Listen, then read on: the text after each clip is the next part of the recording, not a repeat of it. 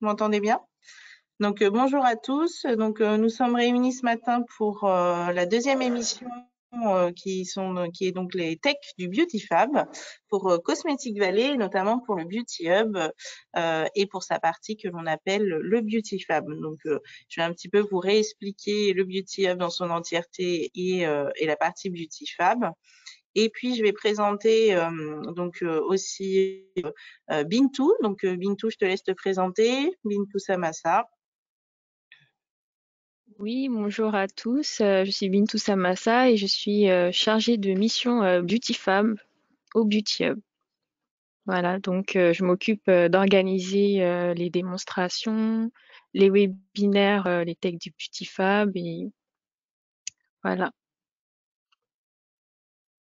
Très bien. Et puis, donc, notre intervenante de ce matin, Tatiana Ndong pour Novadiv. Novaditif, pardon. Tatiana, je vous laisse vous présenter et puis ensuite, je vous laisserai la parole sur la seconde partie pour la présentation.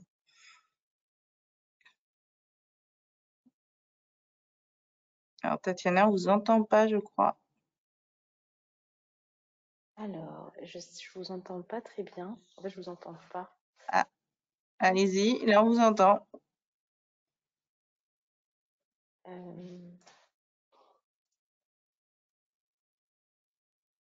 Allez-y, Tatiana, parlez. Oui. Alors, parce que moi, je vous entends pas du tout. Désolée. Alors, comment est-ce que je peux reprendre la main sur la présentation à ce moment-là? Alors, pour l'instant, je vais garder la main et puis je vais vous présenterai ensuite. Donc, on va faire une première partie où je vais représenter le Beauty Hub et Beauty Fab dans sa totalité pour des personnes qui ne connaissent pas ou qui se connectent pour la première fois. Et puis ensuite, nous aurons Tatiana qui interviendra sur Novaditiv. Donc, je vais partager mon écran. Juste une introduction par rapport au Beauty Hub. Donc, le Beauty Hub, c'est vraiment une plateforme de l'innovation de la filière donc cosmétique et maquillage. Et c'est un lieu qu'on appelle un lieu 3 en 1. Et je vais vous expliquer le pourquoi. Donc, ce lieu est vraiment à la disposition de tous, tout acteur de la filière cosmétique est le bienvenu dans ce lieu d'innovation. Donc, ce dispositif, il a été créé et il est animé par Cosmetic Valley. Cosmetic Valley, donc je pense que ça, vous êtes tous au fait que c'est le pôle de compétitivité nationale de la filière cosmétique qui a été créé donc il y a près de 30 ans avec pour objectif développer le secteur de la parfumerie cosmétique en France, soutenir les projets de recherche et d'innovation, améliorer les compétences et savoir-faire, accompagner les entreprises à l'export et valoriser notre marque France. Le Beauty Hub, c'est vraiment la première brique d'un très gros projet qui est donc le projet de la Maison internationale de la cosmétique qui ouvrira donc dans quelques années, donc 2024-2025, pour vraiment accueillir le grand public et accueillir le public professionnel et pour du coup faire rayonner les valeurs de la cosmétique et la cosmétique on va dire les valeurs de la cosmétique française. Donc ce Beauty Hub, c'est vraiment cette première brique. Il se situe donc à Chartres, face à la cathédrale de Chartres, en plein centre. Le pourquoi a été créé ce Beauty Hub, c'est vraiment pour accélérer l'innovation produit, mais aussi services et surtout l'innovation aussi par rapport au développement de nouveaux procédés de fabrication, nouveaux procédés de prototypage. On met en relation, bien sûr, tout acteur et on essaie de créer un écosystème autour de ce lieu, que ce soit des startups, des PME, des TPE, des grands groupes, des équipementiers ou des chercheurs. Et puis, notre but aussi, bien sûr, d'accélérer des startups innovantes pour apporter de l'innovation à notre filière et pour surtout les ancrer dans notre secteur et qu'elles comprennent bien nos enjeux. Donc, les membres fondateurs, on est donc à 9 entreprises membres fondatrices. Ce board est ouvert, c'est pas un board fermé. Donc, si des fois vos entreprises sont intéressés aussi à rejoindre ce board, n'hésitez pas à nous en faire part. Et puis, on a un soutien, bien sûr, de la région, de la BPI, mais aussi, on est soutenu par un programme que l'on appelle PIA, donc Programme d'investissement avenir filière. Voilà. Donc, 3 en 1, donc 3 offres en un lieu. Une première offre, donc accélérateur de start-up avec un programme d'accélération, d'accompagnement sur 6 mois. Une offre aussi que l'on appelle Beauty Fab avec donc cette partie laboratoire technologique qui permet de faire des démonstrations, mais aussi de lancer ce qu'on appelle nous le Techno Challenge pour un petit peu justement co-innover, co-construire des innovations de demain sur toute la partie procédés et caractérisation des produits finis. Et puis la troisième partie que l'on appelle Beauty Exp, qui est donc un centre d'expérimentation et qui est lié justement à ces technologies d'impression additive. Donc on est aussi pour aujourd'hui, on est vraiment dans cette partie-là. Le Beauty Fab, pour rappel, donc c'est un espace d'exposition et de démonstration. Vous pouvez venir en tant que, je dirais, industriel pour du coup découvrir des nouvelles technologies, ou alors en tant qu'équipementier pour aussi avoir un espace de démonstration au cœur de Cosmetic Valley. Et puis, c'est aussi une opportunité d'échange entre industriels et équipementiers pour être vraiment dans une adaptation des équipements en fonction des besoins des industriels et être dans la co-construction d'innovation. Les offres proposées, donc on a cette offre d'espace showroom si vous êtes équipementier pour venir en démonstration. Une offre aussi de formulation, sachez-le, on a donc équipé une paillasse de formulation, on a mutualisé des équipements, donc cette paillasse c'est aussi à la location. Et puis ce Techno Challenge qui est donc vraiment pour challenger un peu vos attentes en tant qu'industriel et pour lancer des projets d'innovation autour des procédés de fabrication et d'autres enjeux technologiques. Et donc maintenant, je vais donner la parole à Tatiana, qui va nous présenter l'impression additive céramique de Novadditive. Donc cette présentation, elle va se dérouler en 3 parties. À chaque fin de partie, je vous demanderai si vous avez des questions. Donc n'hésitez pas à poser vos questions dans le petit tableau de bord que vous avez sûrement à votre droite où vous avez l'onglet questions. Donc là, vous pouvez tout à fait poser vos questions par écrit et donc moi, je me ferai le relais à Tatiana pour pouvoir éclairer en tout cas vos demandes. Alors, donc, je vais donner la parole à Tatiana et surtout la main. Voilà. Je vais vous laisser la main. Je vais couper ma caméra et puis mon micro. Et puis, écoutez, bon webinaire à tous et à chaque fin de partie, n'hésitez pas à poser vos questions. Merci Aline. Alors bonjour à tous. Donc comme Aline m'a bien présenté, je m'appelle Tatiana Ndong. Je suis ingénieure céramique donc chez Novadditive. Et aujourd'hui, je vais vous faire donc la présentation par rapport au webinaire Les Techs du Beauty Fab de la fabrication additive céramique. Donc, comme l'a bien expliqué Aline, ce sera en 3 parties. Donc là, je vais commencer par vous présenter l'impression 3D. Ensuite, je vais vous parler des matériaux céramiques. Et enfin, je vais vous parler un peu de la volonté, le rôle de Novadditive dans cette technologie innovante. Donc, tout d'abord, l'impression 3D, quelques généralités. Donc, il existe plusieurs procédés de fabrication. Donc là, l'impression 3D, qu'on appelle aussi fabrication additive, c'est la fabrication donc, de pièces en volume. Donc ça, c'est vraiment quelque chose qui va changer, qui va révolutionner le monde de l'industrie, parce que c'est un procédé assez jeune. Donc ça date l'utilisation, ça date des débuts des années 2000. Il me semble que la fabrication, c'était dans les années 80. Et donc ça a vraiment été une révolution dans l'industrie, notamment dans le prototypage rapide. On a également une forte émergence dans les années 2010, donc avec l'apparition de nouveaux matériaux, sachant qu'à l'origine, on utilisait souvent plutôt l'impression 3D pour le plastique, donc c'est là où elle est le plus connu et le plus intégré, le plus démocratisé. Maintenant, on a des nouveaux matériaux qui vont utiliser l'impression 3D, donc que ce soit les métaux et même depuis très récemment les matériaux céramiques. Donc, comment est-ce que ça fonctionne? Le principe de l'impression 3D, donc c'est qu'en fait, on va partir de la modélisation d'un fichier numérique 3D. Donc ça, c'est quelque chose qui va être dessiné avec les logiciels de conception qu'on connaît. L'objet, il va être divisé en milliers de couches, c'est-à-dire donc il va être divisé en fonction de la résolution de l'imprimante 3D. Donc on va avoir des couches qui vont aller de 150 microns, je prends pour les céramiques, hein, de 150 microns à 25 microns. Donc, on peut avoir des objets vraiment avec une résolution très très fine. Les couches, elles vont être reproduites successivement par une imprimante 3D. Donc c'est vraiment en fait une division de logiciels. L'imprimante, elle va lire ce G-code et elle va pouvoir imprimer la pièce. Et ces couches-là, donc qui sont imprimées une par une, elles vont fusionner par l'intermédiaire d'un liant spécifique. Donc ça va dépendre bien sûr de la technologie d'impression qui va permettre en fait l'utilisation ou non d'un liant. Donc il existe plusieurs différentes technologies d'impression 3D. C'est vraiment un procédé très large avec différentes technologies. Ces technologies, elles vont dépendre de la matière première utilisée, bien sûr, et aussi, surtout son état. Donc là, je vous l'explique tout de suite.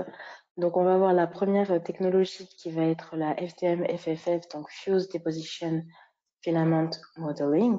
Donc, cette fois-ci, comme on va le voir dans la première vidéo, on va voir en fait la buse qui va suivre le chemin. En fait, il va s'agir cette fois-ci d'un fil chauffant. Donc, il va être chauffé, qui va être fondu et il va être déposé suivant le G-code envoyé en fait à la machine au préalable. Donc ça, c'est la première technologie et c'est la plus démocratisée dans le sens où en fait, il existe plusieurs gammes de machines accessibles à plusieurs personnes qui vont permettre en fait à des personnes, des makers comme on les appelle, d'imprimer directement chez soi et d'avoir des pièces terminées chez soi en fait. Donc c'est vraiment très rapide d'impression comme on peut le voir et c'est très intéressant comme technologie. La deuxième technologie que je vais présenter, donc ça va être la SLA, donc qui s'appelle stérolithographie apparatus. Donc cette fois-ci, la matière première, ça va être une résine plastique. Donc la résine plastique, elle peut être chargée avec des molécules de céramique ou même de métaux. Et donc cette résine, elle va être déposée à l'aide d'un racleur, comme vous le voyez sur la vidéo. Et ensuite, on aura un laser. Donc, on voit, il est très, très rapide sur la vidéo, qui va venir polymériser la matière. En fait, la résine, elle est photosensible et le laser, en touchant la matière, il va la polymériser et en fait durcir la pièce à l'intérieur même de ce lit de résine. Ce qui fait qu'en fait, on n'est plus sur de la sculpture 3D que de l'impression 3D. Donc, voilà, c'est un peu assez drôle par rapport au mot impression 3D. Donc là, on fait par exemple des couches très très fines. C'est un procédé qui va être utilisé dans des domaines tels que le luxe, voire ou bien même des domaines très spécifiques en fait, tels que la défense ou l'aéronautique, parce qu'on va faire des pièces de résolution très fine avec beaucoup de précision.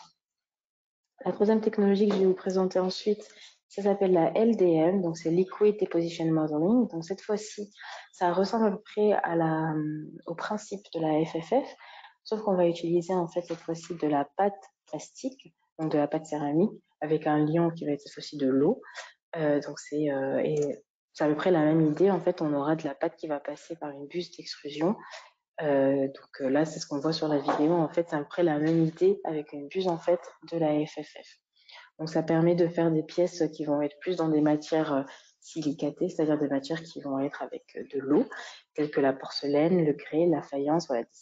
Par exemple, pour ce type d'application, c'est plus des céramiques qu'on appelle traditionnelles en tout cas. La quatrième technologie, donc, ça s'appelle le binder jetting. Donc cette fois-ci, on va partir l'impression, ça va se faire à partir d'un lit de poudre. Donc ça peut être des poudres plastiques, métalliques ou céramiques. Donc on va avoir un lit de poudre qui va être étalé sur un plateau, un peu à la même façon que la SLA. Et un liant va être projeté en fait à certaines parties de ce lit de poudre afin de former la pièce. Donc c'est pour ça que ça ressemble beaucoup à la SLA, sauf que c'est vraiment l'état de la matière d'origine qui va faire la différence entre ces deux technologies. C'est qu'on va partir pour l'un de résine et pour l'autre d'un lit de poudre. Donc voilà pour les différentes technologies de l'impression 3D. Les avantages, de façon générale, les avantages de l'impression 3D, sachant qu'avec les différentes technologies, bien sûr, chacune a ses avantages et ses inconvénients. Mais de façon générale, l'impression 3D permet de faire des géométries qui sont impossibles à faire autrement. C'est-à-dire, en fait, avec les anciens procédés que l'on connaissait avant les années 2000, il y avait des géométries qui n'étaient tout simplement pas accessibles. Maintenant, on a une panoplie de géométries qui peuvent se faire en impression 3D et qui ne peuvent pas se faire en usinage, en injection, voilà, d'autres technologies des procédés qu'on connaît déjà. Donc ça, c'est vraiment un avantage très important de l'impression 3D. Ensuite, l'impression 3D, ça accélère la R&D. Donc ça vient aussi avec le fait que c'est beaucoup plus rapide parce qu'on va pas avoir besoin de moules ou d'outillage autour. Donc on pourra en fait avoir la pièce en maximum une journée. On a une pièce finie, en tout cas en plastique. On a une pièce finie qui va tout de suite pouvoir voir si elle fonctionne ou pas. En fait, on peut tout de suite la mettre dans son environnement pour la tester et ainsi la R&D est beaucoup plus rapide. De la même façon, il y a aussi la personnalisation, le sur-mesure. Donc l'impression 3D, souvent, c'est la première idée avec laquelle on l'associe, c'est la personnalisation. Et c'est vrai parce qu'en fait, c'est l'utilisateur qui va créer lui-même son fichier 3D. La pièce, elle va ressembler à deux gouttes d'eau au fichier 3D numérique qui a été envoyé à la machine. Donc ça, c'est vraiment quelque chose qui est très intéressant et qui fait que plusieurs entreprises se sont penchées sur l'impression 3D pour pouvoir vraiment gagner en unicité de design de produits. De cette façon aussi, la personnalisation, ça permet aussi de repérer très rapidement, détecter en fait les erreurs de conception. Donc ça, c'est vraiment, en fait, on va pouvoir imprimer la pièce et en 2 heures, voir tout de suite si elle est fonctionnelle, si elle peut se mettre dans l'environnement pour lequel elle a été créée. Et également, est-ce que c'est vraiment comme ça qu'on imaginait la pièce? Parce que c'est jamais pareil quand on imagine qu'on a dessiné de façon 3D un objet que quand on l'a dans ses mains en propre. Donc, une économie de matières premières, ça c'est un autre avantage de l'impression 3D, parce que ça s'appelle tout simplement impression 3D, mais également fabrication additive. Donc, en fait, on va ajouter la matière exactement là où on a besoin de l'ajouter. On n'a pas de surplus, on n'a pas besoin d'usiner la pièce derrière, donc de faire des pertes de matières premières. Ça, c'est un avantage très intéressant, notamment pour des questions de développement durable. Contribution à la relocalisation, ça c'est également en fait, ça parle aussi du fait qu'on n'a pas besoin de beaucoup d'outillage, il suffit d'avoir la machine et la pièce est vraiment déjà prête. Donc ça c'est vraiment, ça permet en fait de faciliter, de simplifier le circuit de fabrication de la pièce.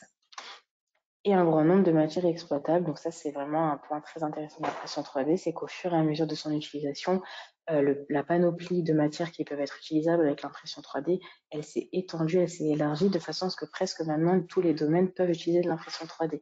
Je vais en parler juste après avec les applications de l'impression 3D. Donc les applications, donc là j'ai cité quelques applications, donc telles que le spatial, l'ingénierie, les énergies, l'aéronautique. Donc par exemple en aéronautique ou en automobile même, on peut voir donc des pièces ici qui sont très fines, avec une topologie qui a été vraiment réfléchie. Et ça par exemple, ces pièces-là ne peuvent pas être faites en injection, en usinage ou alors très difficilement et ça engendre beaucoup de pertes de matière. Donc par exemple ça, on va avoir besoin de l'impression 3D dans ces cas-là pour fabriquer des pièces où la typologie a été expressément réfléchie pour alléger, par exemple pour des propriétés spéciales telles que enlever du poids. Donc c'est toujours le plus intéressant dans l'aéronautique, dans tout ce qui est dans les transports en fait, de pouvoir gagner du poids, gagner de la souplesse. Voilà, c'est là où l'impression 3D elle intervient vraiment de façon très intéressante.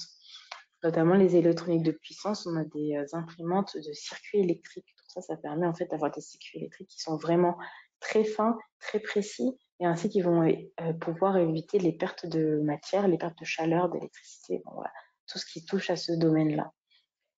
D'autres domaines d'application, donc un peu plus design artistique.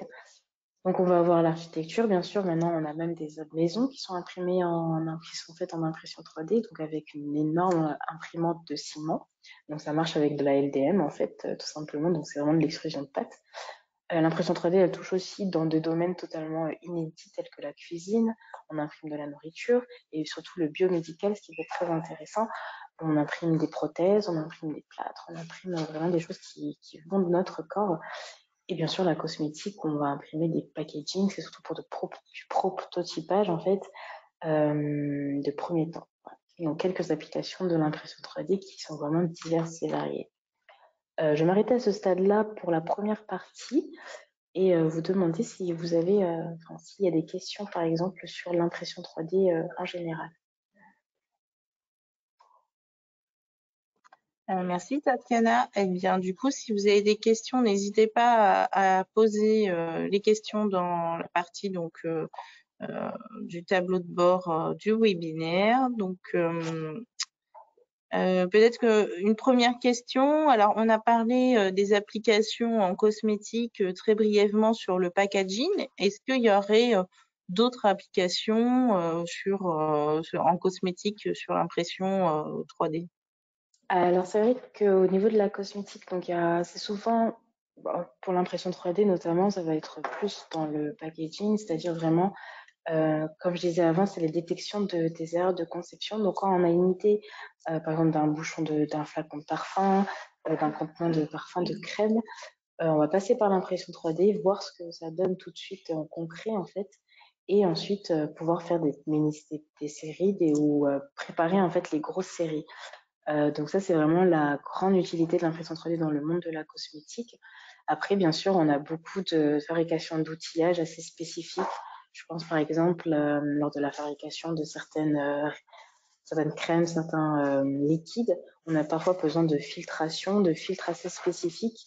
On a pas mal de demandes de géométrie un peu exotique, entre guillemets, qui vont permettre de travailler la matière première un peu différemment que d'autres laboratoires, etc.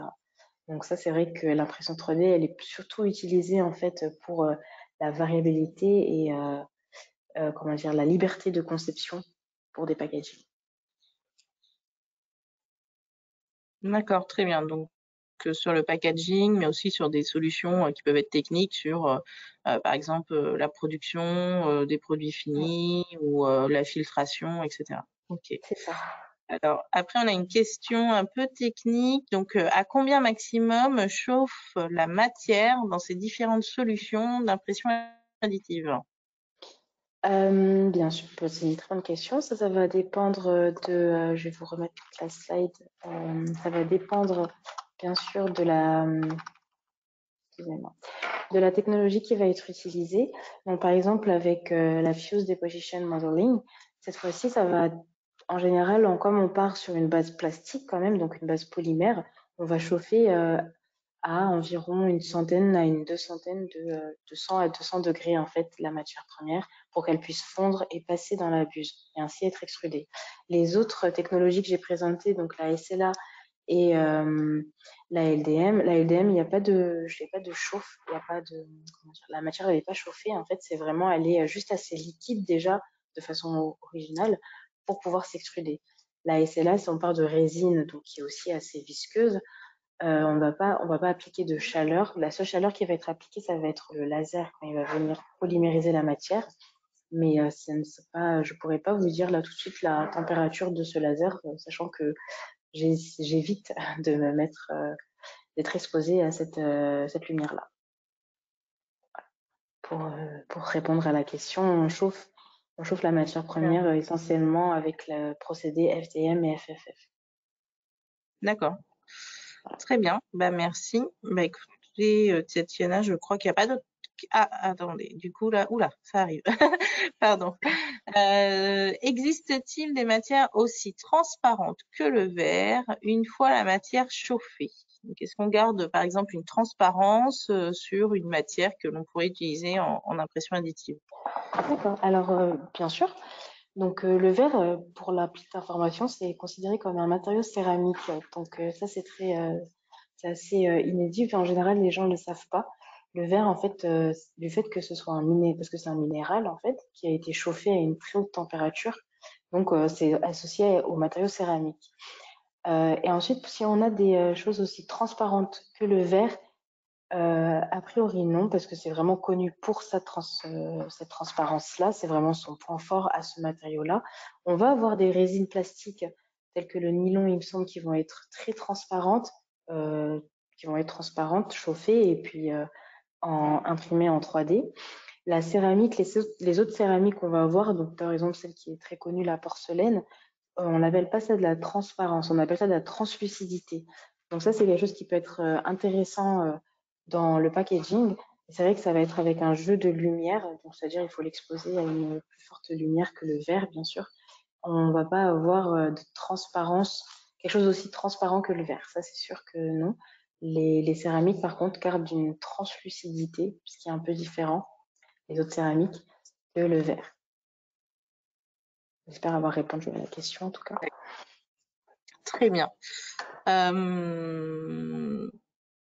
Donc, je pense qu'on va passer à la deuxième partie pour la suite de ce webinaire. Et puis, n'hésitez pas à remettre des questions en fonction de la présentation pour que je puisse, à la fin de la seconde partie, refaire une petite session de questions. Parfait. Alors, je vais me permettre de continuer à ce moment-là. Donc là, je vous ai présenté l'impression 3D dans sa généralité. Maintenant, je vais vous présenter les matériaux céramiques et leurs avantages, leurs inconvénients, leur utilisation. Donc, quand on parle de matériaux céramiques, on va penser forcément à la terre cuite, les briques, la porcelaine, la faïence, le grès. Voilà, c'est vraiment la céramique, on appelle ça également l'art du feu parce qu'on passe vraiment par une étape de cuisson qui est très importante parce qu'avant de devenir, tant que c'est pas cuit, c'est pas vraiment une céramique, c'est reste un minéral. Et on va cuire en fait la céramique à des très hautes températures pour la durcir et faire les matériaux céramiques qu'on connaît aujourd'hui. Donc, comment définir ces matériaux? En fait, de façon générale, on parle de 3 catégories de matériaux. Donc, nous avons les métaux avec l'or, l'argent, l'acier, etc., qu'on connaît très bien. On a les matériaux organiques, donc cette fois-ci avec les plastiques qui font partie de ces matériaux organiques, mais on a également les végétaux, d'autres matériaux organiques qu'on connaît très bien. Et la troisième catégorie de matériaux, c'est avec les matériaux inorganiques qu'on appelle également les minéraux. Et parmi ces matériaux-là, on retrouve les céramiques. Donc voilà pour situer à peu près où se trouvent les céramiques. Donc en général, tous les matériaux qu'on va retrouver autour de nous vont faire partie de ces 3 catégories-là. Les matériaux céramiques. Donc comment est-ce qu'on fabrique un matériau céramique? Donc on va partir d'une matière première. Donc on peut avoir des minéraux qu'on appelle naturels, c'est-à-dire en fait les grandes réserves qu'on va trouver dans le monde. Donc, on trouve par exemple à Limoges une grande réserve de kaolin qui va permettre de nous faire une porcelaine blanche qui fait la renommée de cette ville. Donc, les matériaux naturels, donc ça va être de l'argile, du kaolin, du talc. Donc, on utilise ces matériaux-là. En général, on les mélange comme une boue presque. Et en fait, le fait de faire cuire cette boue va faire qu'on va obtenir un matériau céramique. On part aussi de matériaux synthétisés, donc par exemple des alumines, des zircones, qui sont des matériaux très utilisés dans les entreprises, les industries techniques, donc par rapport à leurs différentes propriétés. Et c'est là en fait qu'on va voir la différence entre les céramiques qu'on va appeler traditionnelles, donc la porcelaine, le grès, la faïence, et les céramiques techniques, donc l'alumine, la zircone, et encore toute une gamme de matériaux synthétisés. Donc on part de cette matière première, on va faire en fait toute une formulation. La deuxième partie, forcément, ça va être la mise en forme. Donc les mises en forme connues de façon traditionnelle, ça va être le coulage, où en fait on va utiliser un moule en plâtre, on va couler ce qu'on appelle la barbotine. Donc en fait ça va être un mélange d'eau et de terre, de minéraux. On va couler la barbotine et faire ainsi les formes qu'on connaît à peu près tous, donc les pots, les vases, ce qu'on imagine quand on pense aux céramiques. D'autres procédés de mise en forme, on va avoir de l'injection qui va un peu fonctionner comme le coulage, c'est-à-dire qu'on a quand même un moule, mais on va injecter directement de la pâte céramique dans ce moule. Et bien sûr, le pressage, les procédés de pressage qui nous permettent de faire des formes encore plus intéressantes. Encore d'autres procédés, par exemple, on va avoir l'extrusion de pâte, ce qui permet de faire des briques, tout simplement les briques qui font le bâtiment. Et bien sûr, un autre procédé, c'est l'impression 3D, donc un des plus jeunes, bien sûr, donc là avec quelques machines en exemple d'impression 3D. Donc après qu'on ait mis en forme notre matériau céramique, on va passer à la cuisson, bien sûr. Donc comme j'expliquais, on s'appelle un procédé de fritage. Donc on va de 800 degrés à 1700 degrés pour les céramiques techniques. 800 degrés, c'est plus pour des céramiques traditionnelles. Pour information, la porcelaine, on va monter à 1200-1250 degrés. Donc voilà, ça se situe vraiment entre 800 degrés et 1700 degrés. Et à la fin de ce procédé de cuisson, en fait, la pièce céramique, elle va subir ce qu'on appelle un retrait dimensionnel. Donc, en fait, elle va rétrécir tout simplement parce que l'eau va partir et les grains vont se consolider entre eux. Et cette consolidation s'accompagne d'un retrait dimensionnel. Donc, en fonction des céramiques, on peut aller de 10 à 20%. Ah oui, excusez-moi. Et bien sûr, donc toute ce procédé, cette mise en forme, donc des matières premières, la mise en forme et la cuisson, ça représente un véritable savoir-faire en fait de la part des opérateurs qui travaillent avec les céramiques. Les propriétés des matériaux céramiques, donc chaque matériau céramique, comme vous vous en doutez, ont leurs propriétés propres, mais de façon générale, on peut quand même parler de ces propriétés pour tous les matériaux céramiques. Donc la première, ça va être l'isolation thermique et électrique. La matière céramique, du moment qu'elle est cuite, elle absorbe l'électricité et permet en fait d'être complètement isolant thermique et électrique. C'est pour ça qu'on va retrouver beaucoup de céramique dans des applications telles que l'électronique de puissance, mais également dans l'isolation thermique, donc les briques qu'on utilise pour nos bâtiments. Voilà, il y a beaucoup d'utilisation dans ces domaines-là. La dureté, donc la céramique, c'est vraiment un matériau très dur. Par exemple, pour une céramique technique telle que la zircone, on va la retrouver. Vous connaissez sûrement des couteaux avec la lame blanche. Et bien, cette lame blanche est de la zircone parce que c'est connu pour sa dureté. Vous voyez à peu près où est-ce qu'on situe les céramiques dans notre quotidien. On a une faible dilatation thermique, c'est-à-dire qu'en fait, à des très grandes températures, la céramique va très légèrement ou très peu bouger, c'est-à-dire elle va rester dimensionnellement pareille, contrairement à des matériaux tels que les métaux qui vont avoir tendance à se dilater, donc à grossir et à se rétracter en baisse en température. La biocompatibilité, donc ça fait partie aussi des exemples que je vous avais montrés précédemment. Les céramiques, du moment dès qu'elles sont cuites, en fait, elles ne vont plus interagir avec le milieu environnement de façon chimique. C'est-à-dire qu'en fait, on peut tout à fait, c'est pour ça qu'il y a beaucoup d'implants qui vont être fabriqués en céramique, parce qu'ils vont parce qu'ils vont pas interagir avec le corps et donc ne vont pas être considérés comme un corps étranger. C'est pour ça qu'on a pas mal d'implants. Donc, on a pas mal d'implants par exemple, pour des fabrications au niveau squelettique, des fabrications également au niveau des implants pour la hanche, pour le crâne. Voilà, donc il y a vraiment beaucoup d'utilisation. Puis même pour les dents, d'ailleurs, voilà, les couronnes qu'on fabrique chez les dentistes, chez les prothésistes, c'est des couronnes en zircone. La durabilité, donc ça vient aussi avec le fait que les céramiques, elles n'interagissent pas avec leur milieu, c'est-à-dire du moment qu'elles sont cuites, en fait, elles peuvent rester des années sans bouger, sans se détériorer. Donc ça, c'est vraiment un point très intéressant pour le développement durable. L'innocuité, en fait, ça, c'est ce que j'expliquais, donc c'est le fait que ça n'interagisse plus de façon chimique avec le reste de son environnement. Ça, c'est très intéressant, notamment dans des termes de packaging. En fait, c'est que le produit que vous mettez dans votre céramique ne va pas changer de nature, ne va pas se faire polluer par la céramique.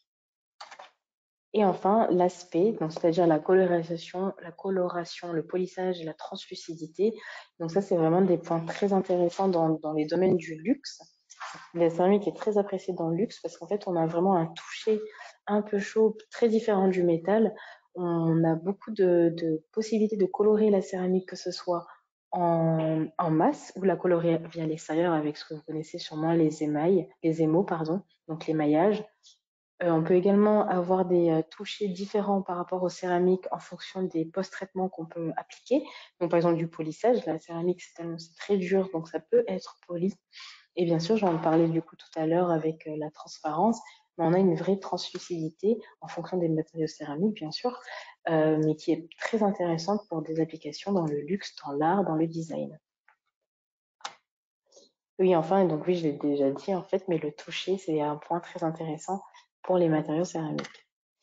Donc les applications, donc là, on va retrouver quelques applications de l'impression 3D, mais les céramiques, en fait, on les retrouve dans plein de domaines différents. Souvent, on n'est même pas au courant qu'on est avec des céramiques, parce qu'on ne sait pas à quoi ça ressemble. Mais on a des domaines qu'on connaît déjà, donc ça va être l'art de la table, bien sûr, avec des assiettes, des pots. On a également la décoration, le design avec des vases. Et on a des choses beaucoup plus techniques. Donc, on a également les poudres aussi qui sont utilisées en cosmétique, qui sont bien sûr faites à partir de minéraux chauffés à très haute température. On va avoir, donc, par exemple, ici, on a des brûleurs en bas à gauche, des brûleurs à hydrogène, des pièces très intéressantes pour l'automobile, pour l'aéronautique. Là, j'ai mis une photo de toiture pour vous montrer également que les tuiles sont des matériaux céramiques, donc à partir de terre cuite cette fois-ci. Donc voilà, ça c'est quelques images d'application des matériaux céramiques. En fait, il n'y en a jamais assez parce qu'on en retrouve vraiment partout. Il me semble que c'est bien la fin de ma dernière partie pour les matériaux céramiques. Donc s'il y a des questions sur les matériaux céramiques avant que je passe à la troisième et dernière partie de ma présentation.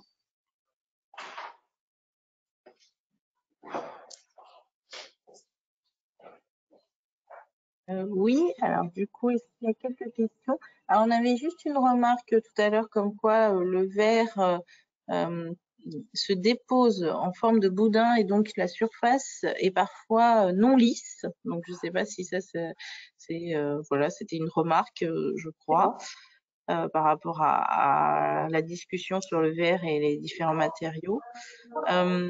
Donc là, pour cette partie-là, donc on a donc quelles seraient les particularités, les atouts de la céramique par rapport aux autres matériaux? On a parlé un peu du toucher, de l'innocuité. Est-ce qu'il y aurait d'autres atouts à mettre en avant par rapport à d'autres matériaux utilisés en impression additive? Bien sûr. Alors c'est vrai qu'en impression additive, on utilise beaucoup les plastiques. Souvent, on parle encore des plastiques comme étant un matériau pas très intéressant au niveau écologique. C'est vrai que le matériau céramique, ça permet une durabilité du produit, du contenant, qui est de plus en plus intéressante, qui est de plus en plus recherchée. On recherche de plus en plus quelque chose qui dure, qui est sur la durée, quelque chose qui vient de la terre. On a toute cette façon de penser en ce moment qui est très, comment dire, qui met en valeur les matériaux céramiques parce que ça vient de la terre. Ça vient de la terre et puis ça, du moment que c'est cuit, vraiment, ça ne bouge plus. Et ça, c'est vraiment quelque chose qui est très intéressant par rapport aux autres matériaux qui vont être les plastiques qui se détériorent quand même au fur et à mesure et les métaux également qui peuvent réagir avec leur environnement. Enfin, on a pas mal d'histoires d'oxydation, etc. Ces choses-là ne sont pas du tout le cas des céramiques. Donc, ça peut être un point très intéressant. Ça peut être un peu un avantage des céramiques par rapport à d'autres matériaux de l'impression 3D. Ça répond peut-être du coup à la question sur est-ce que ces matériaux sont recyclables? Alors, difficilement quand même. Ça va dépendre de la céramique utilisée. Donc, par exemple, dans le cas du verre. Le verre, c'est un matériau qui est 100% recyclable, c'est-à-dire on peut casser les morceaux de verre et les refaire fondre pour en refaire. Ça, c'est quelque chose qui est très connu et qui est vraiment utilisé dans les industries du verre tout le temps. Les matériaux céramiques, donc les autres céramiques, elles vont être difficilement réutilisables en fait. C'est-à-dire que bon, si on a un pot en céramique, il est réutilisable à l'infini, je dirais, mais il ne pourra pas être refaçonné d'une autre manière. En tout cas, c'est très compliqué de l'avoir. Donc c'est vrai qu'on va passer sur des matériaux qui ne vont pas bouger, mais qui va être compliqué de recycler. Il faudra trouver une autre utilisation. D'accord. Alors, il y a aussi la question sur la porosité des matériaux céramiques utilisés en impression 3D. Alors, ça va être la même porosité que les matériaux céramiques dans d'autres procédés de fabrication. C'est-à-dire, donc ça, c'est quelque chose qu'on travaille dès la matière première, donc ça n'a rien à voir. Comment dire, le procédé de fabrication n'influe pas plus que ça sur la porosité. Une céramique, du moment qu'elle est cuite, elle va être dense. Donc, en fonction de la taille des grains, ça, c'est vraiment quelque chose dû aux matières premières. Nous, par exemple, quand on utilise des céramiques techniques, elles vont être denses à la fin, c'est-à-dire il n'y a pas des problèmes d'étanchéité, de porosité. Si on cherche des porosités différentes, on peut travailler la porosité pour avoir cette priorité-là. Donc ça, c'est des choses qu'on améliore, qu'on discute et qui sont propres à la matière première et non pas au procédé de mise en forme. D'accord. Très bien. Et donc, on a aussi une question sur pouvez-vous donner des précisions concernant l'évolution des prix de l'impression 3D en céramique? Alors, peut-être par rapport aussi au contexte actuel, je pense, l'évolution des prix sur voilà, et Bien peut-être un sûr. peu avoir des notions de prix aussi sur du prototypage d'impression 3D en céramique. Alors, des notions de prix, c'est très compliqué d'en donner parce que nous, en tout cas, chez Novative, on travaille vraiment à partir du fichier du client. Et en fonction de la complexité de ce fichier 3D, c'est là qu'on pourra vous informer par rapport à une idée de prix. Donc ça, si vous voulez avoir des informations, peut-être contactez-nous directement et nous, on vous répond le plus vite possible pour au moins avoir une idée. Après, si on veut comparer avec d'autres façons enfin, avec d'autres matériaux qui sont imprimés en 3D, les matériaux céramiques, c'est pas pareil, ça va pas être le même prix qu'on va avoir, par exemple, par rapport à des matériaux plastiques. Alors, je ne vais pas m'avancer, mais vous comprenez donc bien que les matériaux céramiques, il y a quand même une grande phase qui va être la cuisson, et cette cuisson-là, elle influe bien sûr sur les coûts. Donc, on a la pièce plastique, du moment qu'elle est imprimée, elle est terminée. La pièce céramique, il y a vraiment, c'est pas un post-traitement, ça fait partie de la mise en forme, la cuisson. Donc, on a une durée, on a de l'utilisation de machines qui va être plus importante que pour des matériaux plastiques. Même chez les métaux, on peut avoir un peu des traitements thermiques, mais ça va être vraiment moindre par rapport à ce que nous, on fait avec les céramiques.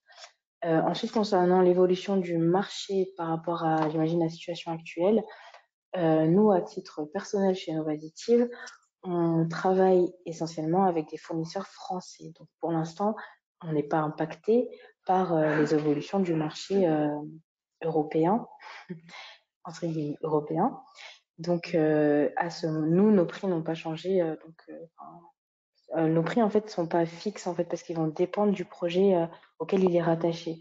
Donc, on n'a pas un catalogue, on ne marche pas par catalogue. Non, c'est vraiment de la fabrication à façon. Donc, c'est compliqué, en fait, de mettre un prix sur notre savoir-faire. Très bien. J'espère que... Du coup, je pense que ça fait une belle transition sur la troisième partie où justement l'idée est de mettre en avant un petit peu Novazitive et comment vous procédez avec les demandes des clients. Donc, je vous laisse Exactement. sur cette partie. Merci. Très bien, donc la troisième partie, donc Novazitive. Qu'est-ce que c'est Novazitive? En fait, donc c'est les deux parties que je vous ai présentées juste avant. Donc on a vraiment l'idée d'utiliser cette innovation technologique, donc l'impression 3D, et l'associer avec les matériaux céramiques et notre propre savoir-faire céramique. Donc ça, c'est Novazitive, c'est notre vocation.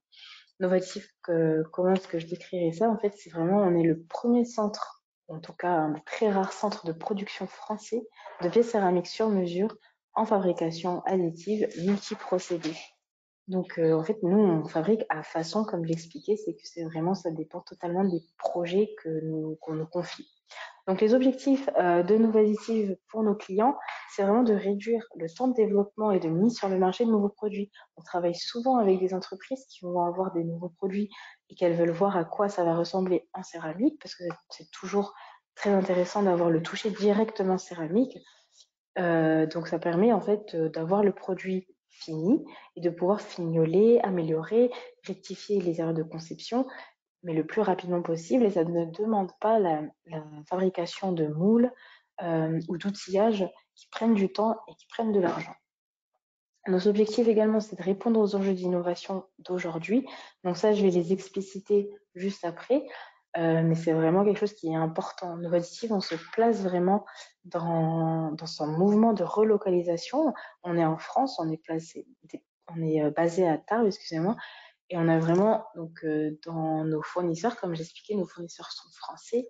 On a vraiment une envie de relocaliser la force industrielle de notre région, même du pays, et en fait d'aider à notre échelle à la réindustrialisation, voilà, aider en fait à remettre en mouvement cette branche de notre pays. Donc voilà les objectifs auxquels on essaie de répondre pour les industries. Bien sûr, il y a l'objectif de développement durable, ça on travaille dessus. On prend c'est une technologie additive, donc on utilise le moins de matières premières possible pour faire des pièces le plus rapidement possible également. Donc ici, vous avez un synoptique de nos additifs. Donc ça, c'est comment est-ce que nous, on fonctionne, comment est-ce qu'on fonctionne en fait avec nos clients pour finir à une pièce finie en impression 3D céramique. Donc d'abord, on va avoir une première phase qui va être en fait, donc le client va nous livrer son projet, ses demandes avec le fichier 3D qui va bien. Le fichier 3D, il peut être soit fait par le client, ce qui est souvent le cas. En général, ils ont des dessinateurs en interne. Sinon, nous, on peut travailler avec des designers, on peut travailler avec des dessinateurs 3D, même des fois, c'est nous-mêmes qui le fait en interne, mais on peut proposer nous-mêmes le fichier 3D. Donc voilà, le client vient avec son projet et là, c'est une première phase de vraiment une collaboration hein, parce qu'on va discuter avec notre client, estimer leurs besoins, estimer leurs délais et estimer quelle est la meilleure céramique qui va correspondre à leur projet et quelle est la meilleure technique d'impression 3D qui va correspondre à leur projet. Donc ça, c'est une phase très importante et c'est une phase qui permet aussi de mettre en confiance le client parce que souvent, comme c'est un procédé assez novateur, on ne sait pas trop à quoi s'attendre, notamment quand c'est avec de la céramique. Donc après le choix des matières premières, on va passer à la préparation du fichier CAO, donc c'est Computer Assisting Operation. Donc là, c'est la préparation, comme je vous expliquais, c'est le découpage en tranches qui va permettre de générer un code que l'imprimante 3D va pouvoir lire. Donc après, on va passer à la phase d'impression. Donc tout ça, ça se fait en interne chez nous dans nos locaux. Et enfin, dès que la pièce va être imprimée, on a bien sûr, comme j'expliquais, la phase très importante du matériau céramique qui va être le déliantage, c'est-à-dire en fait enlever le liant qui peut être soit de l'eau, soit du polymère. Donc une phase en fait thermique de déliantage et de fritage à haute température. Et à la fin de ce procédé qui peut prendre quelques jours quand même, parce que le déliantage c'est très très long, et puis pour monter une pièce à 1700 degrés, il faut le faire en douceur. Donc à la fin de ce processus-là, on a la pièce finie. Et nous, ce qu'on fait aussi également chez Novazitif, c'est qu'on a la pièce finie, mais qu'on fait un véritable contrôle qualité. Donc, en fonction des cotes à atteindre, des cotations, on va le faire soit en interne, on a également des partenaires privilégiés pour faire du contrôle à qualité directement en laboratoire. C'est-à-dire que s'il y a des cotes qui sont très, très petites, très, très fines à atteindre, on peut faire passer ça par des labos de contrôle qualité qui sont spécialisés dans ça. Enfin, la dernière partie, donc il y a le post-traitement et l'expédition. Le post-traitement, c'est très intéressant, c'est très important, notamment dans des domaines tels que la cosmétique, le luxe, le design et l'art, voire même parfois dans les choses un peu plus techniques pour certaines fonctionnalités. On propose, donc nous on le fait pas en interne parce que les post-traitements en général, c'est vraiment un savoir-faire spécifique. Nous avons des partenaires pour proposer des post-traitements qui vont être tels que de la colorisation, du polissage, du sablage pour avoir un effet matifiant. Voilà, on peut aussi émailler les pièces comme expliqué précédemment afin d'avoir de la couleur sur nos pièces finies. Donc voici en fait comment fonctionnent nos additives du moment qu'on reçoit un fichier 3D. Donc la fabrication multiprocédé, c'est ce que j'expliquais, c'est qu'on a différentes techniques d'impression 3D. Donc là par exemple, on envoie 3 parmi notre parc machine. Donc ces 3-là, elles vont nous permettre vraiment de pouvoir répondre au mieux aux clients en fonction de ses attentes dimensionnelles, de précision et d'aspect au toucher. Et ça va nous permettre d'imprimer des pièces qui sont très différentes les unes des autres. On a des pièces très petites, on peut imprimer des pièces très petites telles que des maillons de montres.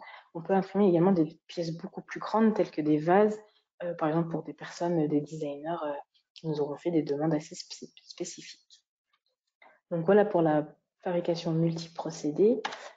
Ensuite, ce qui est très intéressant chez Novalis, c'est qu'on est vraiment, nous sommes des céramistes à la base, donc on propose une large gamme de céramiques pour répondre à une large gamme de demandes.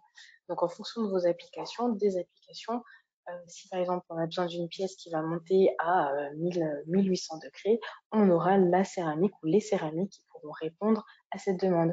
Si on a besoin d'une céramique qui doit être plus poreuse, beaucoup moins poreuse, on travaille les céramiques pour répondre à cette demande. Donc là, par exemple, j'ai mis une petite liste avec les zircones, les alumines, la porcelaine, la cordierite. des céramiques qui sont très utilisées dans beaucoup de domaines différents. Et les 3 petits points, c'est vraiment pour signifier que chez Novative, nous sommes friands de nouvelles technologies et surtout friands de nouvelles céramiques. Plusieurs fois, on a été appelés en fait pour développer des céramiques un peu spécifiques, un peu exotiques, qui sont rarement façonnées, qui sont souvent utilisées sous forme de poudre.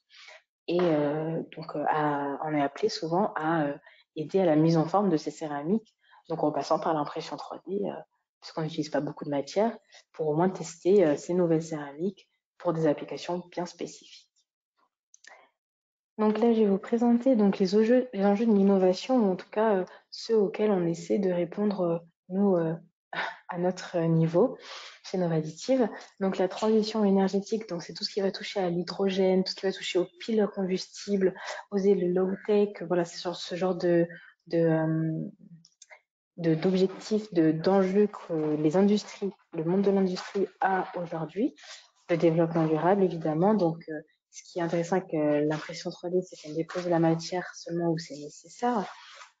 Également une relocalisation de la production et bien sûr les valeurs naturelles de la terre, ce que défend un peu la céramque et qui est de plus en plus intéressant qui est de plus en plus à la mode en ce moment, clairement, qui est intéressant de représenter. Bien sûr, on va avoir le bien-être humain, donc bien vivre sur la terre, rendre le quotidien plus beau. Voilà, c'est des objectifs intéressants c'est des enjeux qui sont notamment pour le bien-être humain. Et enfin, on va avoir l'augmentation des performances. Donc ça, c'est là aussi, on se place beaucoup sur ça, notamment l'augmentation des températures de fonctionnement ou bien la miniaturisation électronique. La céramique, elle peut intervenir dans ces augmentations de performance. Souvent, on va avoir des demandes en fait d'industriels qui auront une contrainte de température, une contrainte de dureté, une contrainte où en fait ni les métaux ni les polymères ne peuvent répondre. Et c'est là que les céramiques se placent en fait parce que il reste que ce matériau-là, pour être honnête, où il y a encore les composites. Mais voilà, on a besoin d'une pièce qui monte à 1800 degrés. Le métal, ça fond, le polymère aussi, et céramique, non. Donc voilà, c'est là que ça peut être intéressant pour augmenter les performances de l'industrie. Oui, avant que je fasse le petit résumé, ou bien peut-être je vais le faire avant, mais ouais, je vais peut-être le faire avant les questions, en tout cas, pour finir ma présentation. En résumé, donc Novadditive, on va simplifier l'accès aux bénéfices de l'impression 3D céramique, parce que comme vous l'avez compris, la céramique, ça demande un véritable savoir-faire, et l'impression 3D, ça demande quand même une maîtrise des logiciels, une maîtrise des machines, et nous, on veut simplifier cet accès, en fait. Vous n'êtes pas dans un tunnel, on vous tient au courant, vous êtes au courant de ce qui se passe chez nous avec votre pièce, mais on s'occupe de tout, concrètement. L'interlocuteur, il est unique. Vous ne passez que par Novadditive. Pour tous les post-traitements que vous avez à faire, que vous voudriez faire, c'est nous qui prenons ça en charge. Ça permet de simplifier vraiment l'accès à votre pièce et c'est vraiment beaucoup plus simple quand même pour nos clients. Enfin, la création de géométries complexes et innovantes. Ce qu'on aime dire en fait chez Novadditive, c'est aussi lâchez-vous sur le design. Ne vous fermez pas à faire des formes qu'on a déjà vues. L'apport de l'impression 3D, c'est vraiment quelque chose qui ne peut pas être fait autrement et qui ne peut être fait qu'en impression 3D. C'est là où vraiment qu'on va voir la valeur ajoutée de l'impression 3D. Et ça, je parle notamment pour le packaging des produits en cosmétique.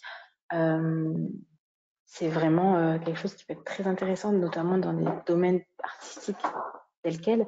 C'est quelque chose qui ne peut pas être fait autrement, qu'on se pose la question, mais comment est-ce que ça a été fait? Et c'est là que ça peut être intéressant de passer par l'impression 3D.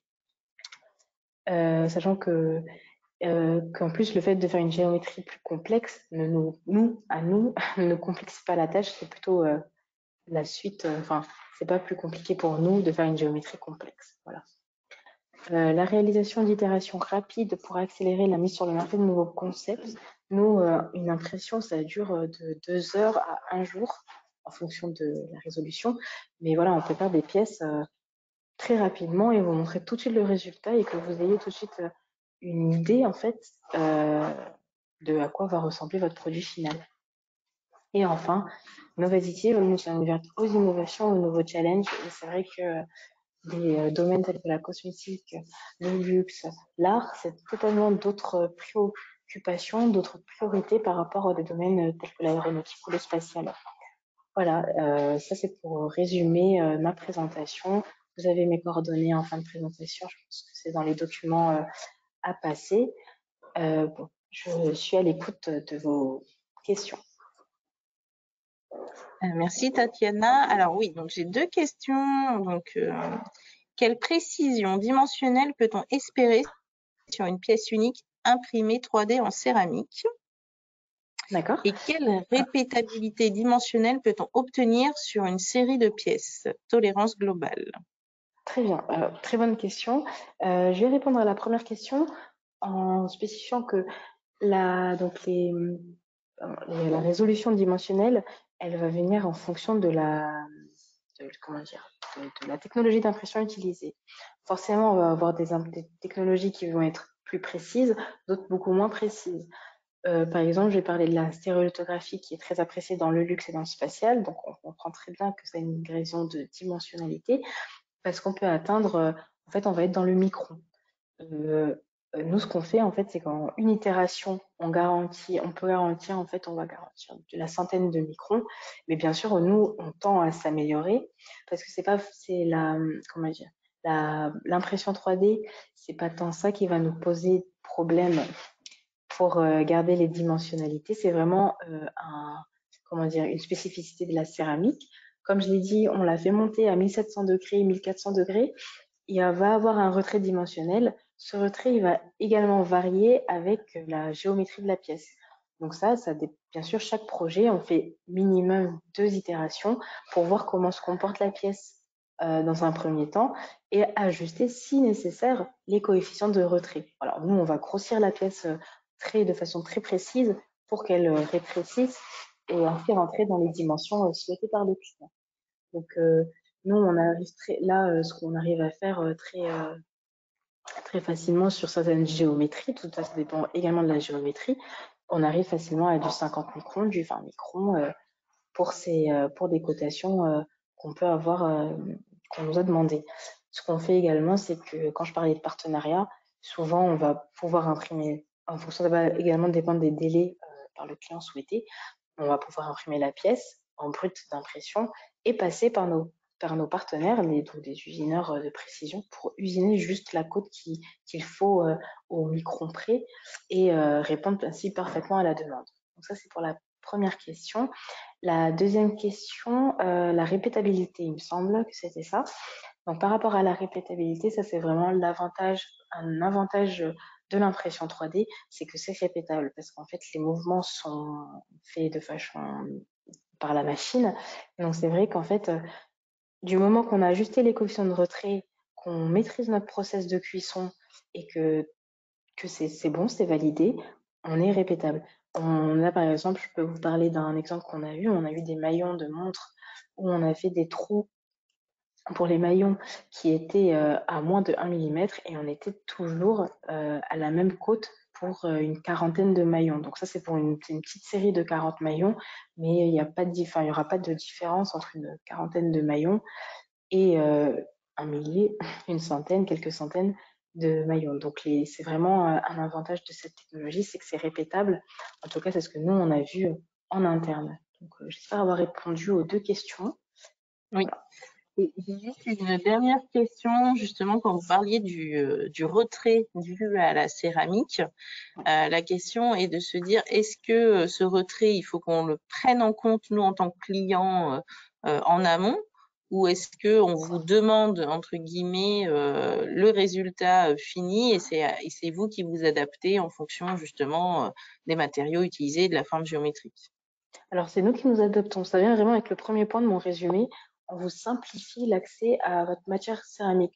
Vous, la seule chose que le client, en fait, fait, c'est nous parler de votre projet, nous envoyer le fichier 3D fini, c'est-à-dire vous voulez un vase qui fasse 50 cm, vous nous envoyez un vase de 50 cm et nous, en interne, on s'occupe de grossir la pièce, d'allonger s'il faut certaines formes.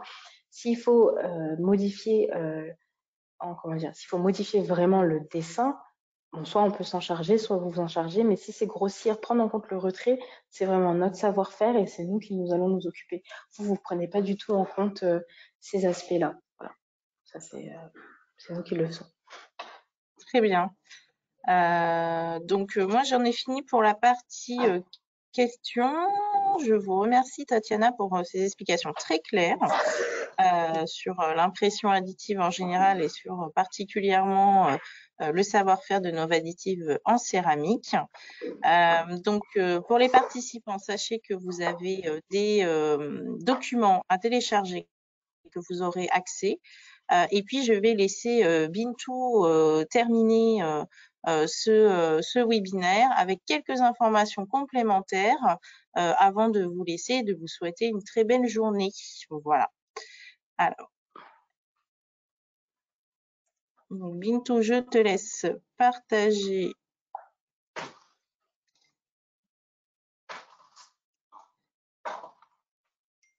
Tu veux que je partage ?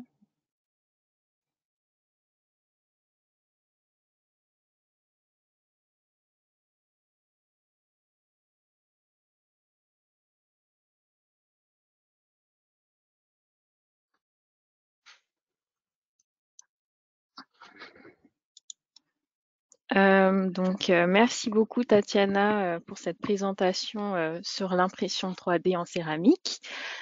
Donc, nous, Cosmetic Valley, on organise des formations comme on est certifié Calliope.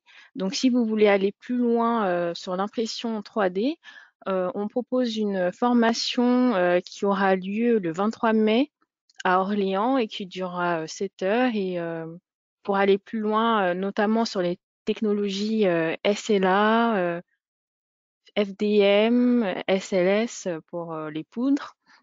Donc, si vous êtes intéressé, vous pouvez contacter Véronique Beaujouan ou Louise Charret ou nous contacter et nous, on se chargera d'organiser votre inscription. Ensuite, le Beauty Fab va organiser des démonstrations qui auront lieu du 11 au 13 mai. L'entreprise MP2E Solutions qui a une technologie de mélange et d'extraction à double rotation asymétrique. Voilà. L'intervenante Emmanuelle Etiam viendra présenter sa machine et vous pourrez lui poser des questions, échanger avec elle pour savoir si sa technologie, par exemple, peut être intégrée à vos activités. Donc voilà, il y a le lien d'inscription juste en dessous du logo MP2E Solutions. Ensuite, du 21 au 23 juin, on a cette fois-ci Concept Light qui va venir présenter ses technologies de stérilisation, désinfection et décontamination en UV LED. Et là, ça sera Victor Vincent qui va venir présenter ses équipements. Et pareil, il y a le lien d'inscription juste en dessous. Et comment ça se passe? Les démonstrations durent 1 heure et ont lieu au Beauty Hub à Chartres. Donc, il faudra venir à Chartres et l'intervenant fera une petite présentation de son entreprise, de son équipement et vous pourrez échanger avec eux à la fin de leur présentation. Voilà. Merci beaucoup de votre attention et nous avons aussi une enquête à la fin du webinaire et ça ne dure pas très longtemps. Il faudra répondre à quelques questions. Enfin, ça va nous permettre à nous de nous améliorer et d'avoir vos retours en fait. Voilà, merci. Très bien. Ben, merci à tous. Bonne fin de journée. Et puis au plaisir de se rencontrer de façon physique au Beauty Hub, soit par des démonstrations ou si vous êtes de passage à Chartres, n'hésitez pas. Voilà, merci, au revoir.